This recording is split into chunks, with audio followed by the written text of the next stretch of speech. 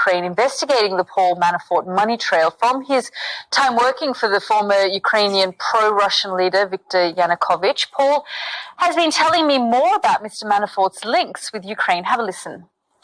This is basically a story, an alleged story, about whether Russian money in Ukrainian politics brought influence with Paul Manafort and then by extension, through him, influence with Donald Trump. So last August, there was a ledger belonging to the Party of the Regions, which paid Mr. Manafort, and it was leaked. And it showed that he had had $12.5 million. Now, he's always denied getting that money. He says it's a forgery. We spoke last week to a senior official who dealt directly with this issue. The Ukrainians carried out their own internal investigation by their counterintelligence people. They managed to infiltrate, they say, an agent into Mr. Manafort's operation. He concluded, and they say this is supported by other sources, that Mr. Manafort had been paid $600,000 a month over 4 years, making a total of $28.5 million. Again, have to stress, Mr. Manafort's just indicted. He hasn't been convicted. These are all allegations. I spoke to somebody close to Hillary Clinton about this, and he said, if this is true, these are just staggering sums, and you have to wonder what such an amount of money might have bought.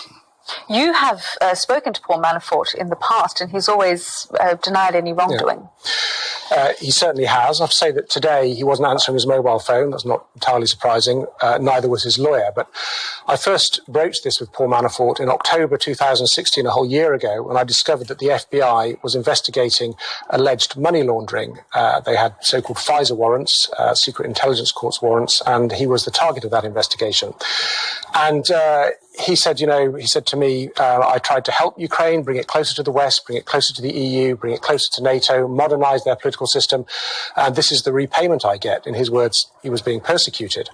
I've since spoken to Roger Stone, who is a longtime friend of Mr. Manafort and indeed of President Trump, former business partner with Mr. Manafort, who says that these are forgeries, these ledger entries. I also spoke while I was in Ukraine to somebody who worked in Mr. Manafort's team, and he said, these are large sums of money, but this was for running a whole political operation. It wasn't necessarily going straight into Mr. Manafort's pocket. So there's a long way to go in this, but as we were hearing the first indictments, I think this is largely a money laundering, tax evasion type case at the moment, and then a lot of other things flow from that.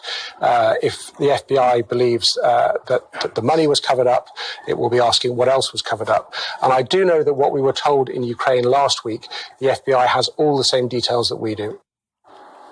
That was the BBC's Paul.